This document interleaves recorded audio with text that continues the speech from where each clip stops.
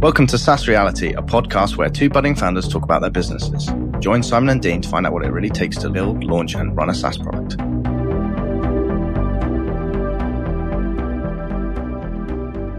Morning, Dean. Morning, Simon. How you doing? All right, thanks. Yeah, it's a bit of a reboot now, isn't it? I apologise to everyone from the previous episode. I mentioned things that shouldn't have been legally. Not just that, it's just sickness on both sides. Yeah, we've been awful at this. I'm 3 weeks into this cold and I'm still sniffling and it's just not going away. But there you go. Man flu. Well, always. Yeah, so obviously last week we did record. However, I naively talked about something that I shouldn't really talk about yet. So we can talk about it this episode. I just need to be pretty vague on details. Yeah, it will be very meta and abstract. Cool. So last week we had a new format, which I enjoyed, but obviously we didn't release, but where we just quickly cover the topics we want to talk about, and we revisit them later. And I have a pen and paper and I write them down. What would you like to talk about this week, Dean? Specifically, credit card upfront or not, in relation to the type of business that Snapshooter is and Cloud Periscope is, and that I don't think it's the barrier to entry. So I just want to pick your brains a bit about how you did things with Snapshooter, because I know you changed it up a bit. So yeah, we'll come back to that. Yeah, okay, so credit card upfront. It's a long topic. I think we covered this in a previous episode, but it should be interesting with more of a concrete example. Yeah, and I'm getting to the point with Cloud Periscope that we'll get to that in more detail, but yeah, it's more relevant to me now. And okay, cool. Is that all you want to talk about? I guess I also want an update, so let's have an update. Yeah. This week, I'm just going to be talking about Snapshooter. I've done a little bit of admin work on automating. I guess I could talk about how automated doesn't really seem to be getting any traction currently and why I think that is. Okay. However, the more exciting thing is what's happening with Snapshooter. So. The product that you thought was going to die. Yeah, okay. I'll do a quick update because that then runs into the credit card upfront thing. So despite getting a new puppy, yes, what are you doing? I have made some progress. I've just upgraded to Laravel 6, Spark 9 and Cashier 10. I did the same thing, except for Spark. So that was my weekend. Didn't have much time. I haven't fully integrated the Stripe plans. I need to get my head around Stripe this coming week and create my plans. Kind of purposefully dragged my heels on all the Stripe stuff because of SCA. So I'm in the good position where I'm just setting it up from the SCA perspective without having to convert anything. Yeah, it's still a pain, but you're only doing it once, honey. So that's where I am. I've worked on the sign-up process and adding your account either via API key and secret or a cross-account access role in AWS. Okay, good. Still need to do my cross-account policy. I've just kind of cobbled one together from what I've found on the net, but I want to tighten that down. That's pretty much where I am. So I need to finish that sign-up process and create and connect the Stripe plans. Kind of hoping by this time next week that I'm also going to have started working on the back-end code. So converting all that proof of concept stuff into proper scanning jobs that link up to the accounts that people have signed up with, which will be sort of a good step forward, and really chuffed about that. Yeah. My marketing site is underway as well. I've been downloaded Jigsaw from Titan, which is a static site generator based on Laravel. So you can use Blade templates and so on and mix and match with markup. So it's really good. Started to get my head around that, the ins and outs of it, and need to find some time to continue that and convert my web template to Laravel blades and so on that can be used in Jigsaw. And then I could start putting out some content on a blog and stuff. So yeah, I mean, I'm really interested to see your marketing side because I feel maybe you haven't pivoted as hard as I feel, but I'm trying to think. If someone asked me what Periscope does, precisely now, after all our discussions, I feel like I might find it a bit difficult to do an elevator pitch for you. Okay. I've been getting better at that through explaining it more and more on LinkedIn. Okay, well, what's your elevator pitch then? Go on, you got 30 seconds. It's an AWS infrastructure discovery, continuous assurance, and cost optimization tool. So it will continually scan your AWS accounts and look for misconfigurations, give you an inventory of what's running, and identify areas where you might be able to save money or optimize your spending. That was 20 seconds. Okay, I see. Okay. Obviously not going to be full featured when it releases, but... No. What's first feature at the door? First feature will be inventory and standard misconfigurations like open ports, RDS databases in public subnets. Okay. Open S3 buckets, which is kind of a hot topic around AWS at the moment. Yeah, they keep emailing about that. So, yeah. I got an email on all the AWS accounts about stuff that was... Yeah, I've got all my stuff in Notion. I switched over to Notion from Evernote. Why did I wait so long? So I'm up to about 700 checks that I'm going to be doing eventually. Ah, cool. I hope you got a nice design pattern for adding more more checks, yeah. That's probably the part of the code that's been refactored more times than I care to admit. So, yeah. But yeah, it's good. Could be taking a peek at Laravel Vapor to see if I can run it serverless. Okay. Yeah, so all going well, all going in the right direction. Feel as though I've actually made some steps forward for a change. Yeah. Instead of, life got in the way and I couldn't do this and I couldn't do that. But yeah, I've actually made some progress, which is really good. So everything's integrated with AWS Secrets Manager as well. So none of your API keys or cross-account role numbers are kept in a database. They're all safely in AWS's Secrets Manager. Okay. Good to know. Yeah. So I'll be working towards a well-architected framework as well. So that's a discussion for another day. Yeah. So I've got some tweaks to do on the sign-up process. Mm-hmm. And this is where, Spark, I need to, with Spark, send an email to verify an account and so on, because I still think that's a valid workflow. Yeah. There's a big debate around the SaaS community, isn't there? Credit card up front or not? And the answer is always, it depends. Yeah, I think so, yeah. My gut feeling at the moment is no credit card up front, 7-day trial.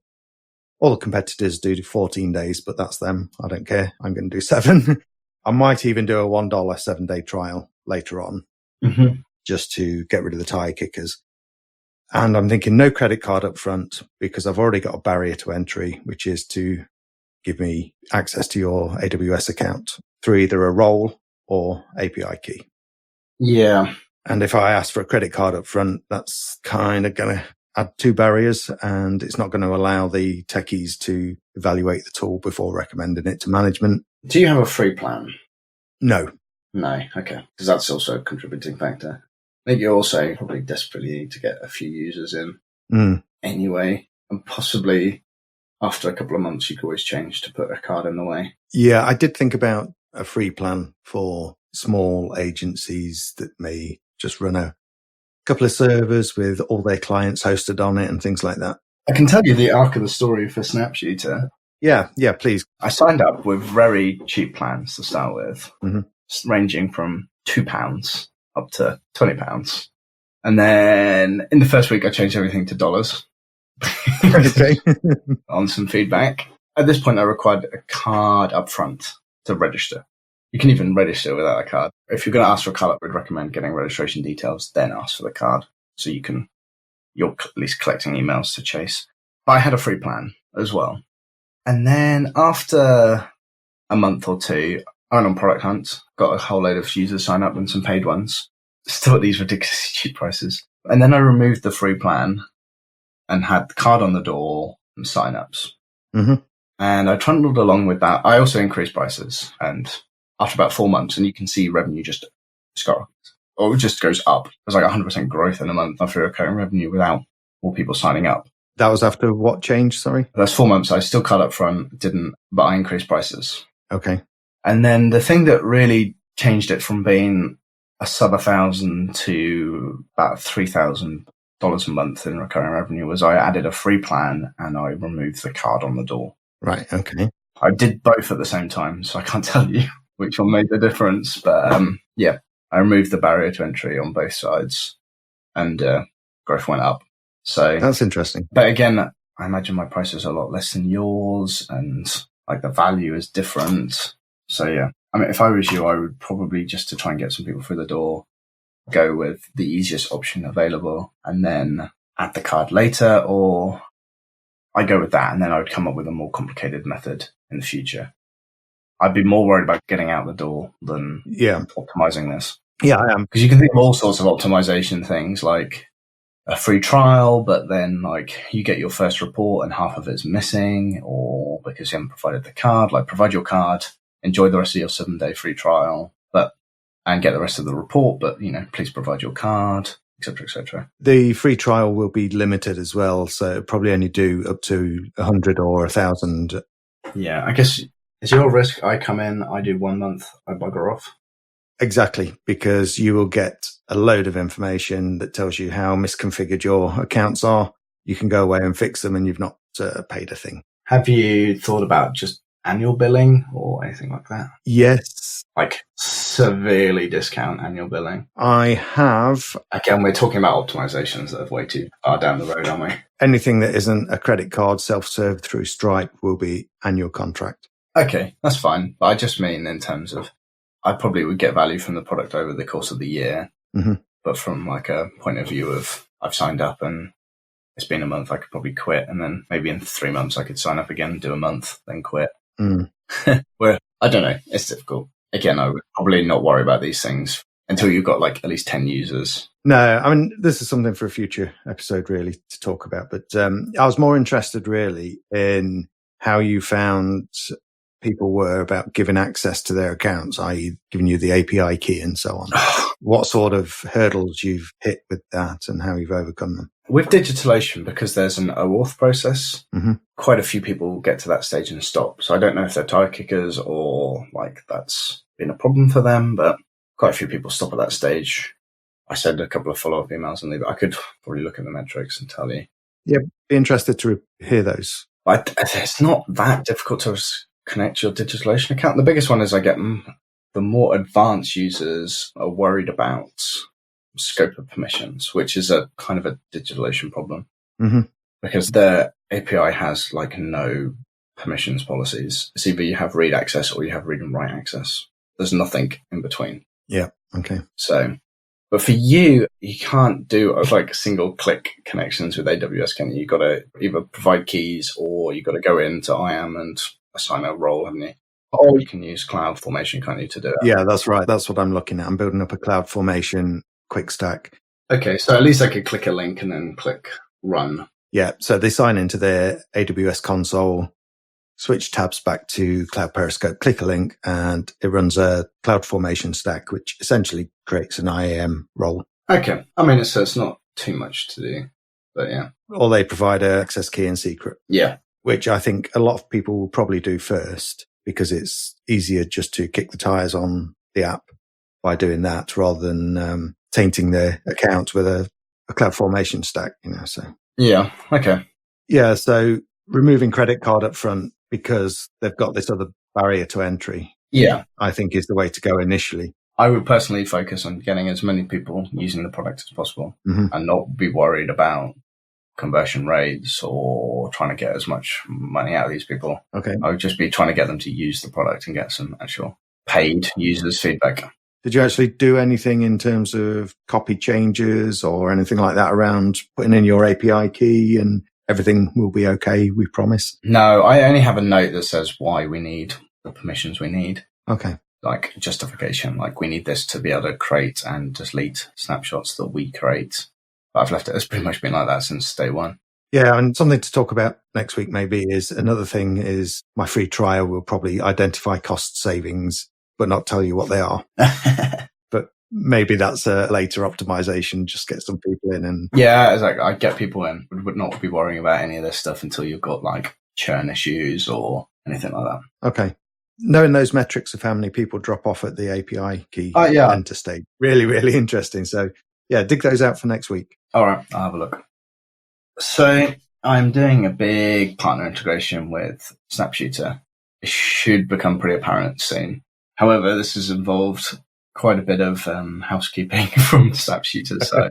And also SCA came out as well. So that we're like, I haven't had any rejections, but so far 2 days in.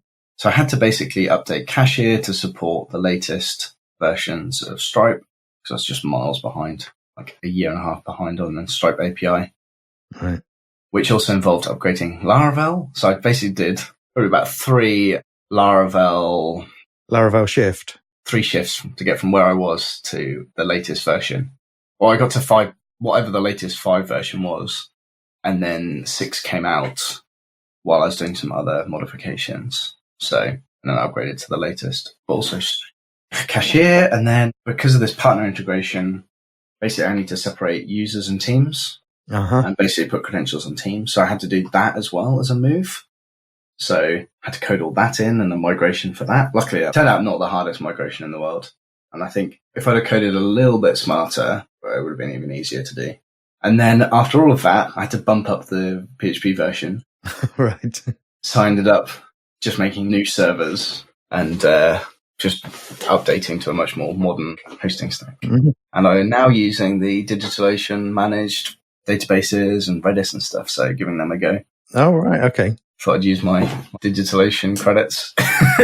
These are from startup school, right? Yeah. So basically that's been my fortnight. There's been a lot of migrations, and now got to the point where I'm doing this partner integration, and I've got all the tests for that passing. Just have to do, there's quite a few modifications to do. Yeah, it's exciting stuff though. I should be getting to the point now where I can do, at the moment it's been like local testing of the partner integration. So I should be able to go onto more production sort of staging based testing soon. All right, cool. This big partner integration that's happening, this secret thing. What's the time frame for that? Do you know? I mean, obviously you spent 2 weeks coding to prepare for it. And I'm getting the impression it's kind of the end of this month that they're going to start rolling out. Now, I might not be included in that first batch. It's like difficult wording here. But you've not got a hard time frame for it then at the moment? No, the earlier the better. And I want to be on the page when they do the first press release. Yeah. So these changes with making teams and they've been critical, yeah. They're all part of kind of like a mandatory feature set, are they, for the integration? Not mandatory, but a hell of a lot easier. Okay. The partner integration allows single sign-on. So I've got to support single sign-on from the partner onto Snapshooter. So it kind of means you've got to separate like the account from the users. Mm-hmm. And basically the users aren't long-lived and potentially just disappear, but the resource, the account is still there. Mm. So by doing this way, basically I can create accounts that disappear and not affect the resource. Also, the nice advantage of this was last week I had to do a support request for somebody, which is a funny story I should tell. And it was really easy just to swap into their account. Okay, cool. Because I could grant myself access to their account and then switch in. So that's how I manage things on Automalia as well. So it's kind of nice to be able to just basically join the team and then manage everything as themselves. Awesome. Funny story is, a customer emailed me in a pretty panicked state. Their developers had set up volume backups for her on her servers. And these volumes are huge. They're about 2 terabytes each. Oh, wow. And they'd set up daily backups, but they'd set the retention policy to the maximum, which is like 30 for volumes. So her costs every day were just going up and up and up. Oh, crikey. She was spending, I think, about $400 a day. Oh, no. On new backups. And then because of the 30 days, it was potentially become like about 10 grand a month in volume backups. Oh, my word. Yeah, I know. It's probably one of the biggest I've seen. But then in her confusion, she disconnected Snapshooter's access to her account. So I couldn't delete them. Right. So, yeah, a long phone call and basically became a DevOps for the afternoon and went into her DigitalOcean account and fixed everything for her and then reconnected everything and set it up as it should be, which was retain the last 3 backups, not the last. So her backup costs are more like 1 to 2 grand a month, not 12 grand a month. That's quite a difference. Yeah. So these are DigitalOcean costs, aren't they? Because although people pay for your service, Snapshooter, you actually just basically do stuff through the DO API, DigitalOcean API, and make snapshots in their account. So they incur the costs for that extra storage and so on. Yeah. Some people forget that. Yeah. I mean, it does say that when you connect your account, but hey, people don't read. Yeah, I just wanted to make that clear. I'm waiting for the lawsuit to come through. Yeah, I just wanted to make it clear how this Snapshooter model works because obviously people haven't used it, they might not know. So I've created a successful backup business where I don't take backups. yeah. I don't store backups, at least. Yeah. So yeah, that's good. Because you've had that once or twice, haven't you? With people saying, why is it costing me $200 a month for backups? Yeah. When your site says only $19 or whatever. Yeah, so that's a feature that I've got on the roadmap is billing warning. So basically you'd be able to set I don't want to spend more than $200 a month on backup costs. And when I detect that you've reached that, I'll send you a warning email to say you've reached your cap. That'd be great for your marketing site. Great copy. Splash that all over the front page. Yeah, I got to rewrite the notification system because of this integration, because the users don't really exist, like email-wise. I basically need to build a separate notification system so you can add basically, alerts at Cloud Periscope as an email, even though your login doesn't contain an email. So it should give me a lot more power to do like notifications, press releases and stuff. Because I send the weekly report to you without asking if you want it. So that billing alert sounds great. That's a great opportunity for marketing. Yeah. Manage your costs, avoid runaway backup bills. Yeah, exactly. Yeah, because there is the option where you can put in a hell of a lot of retention because it's basically unlimited on DigitalOcean. And for some things, like people really want that, like the monthly backups, people want a huge amount of retention.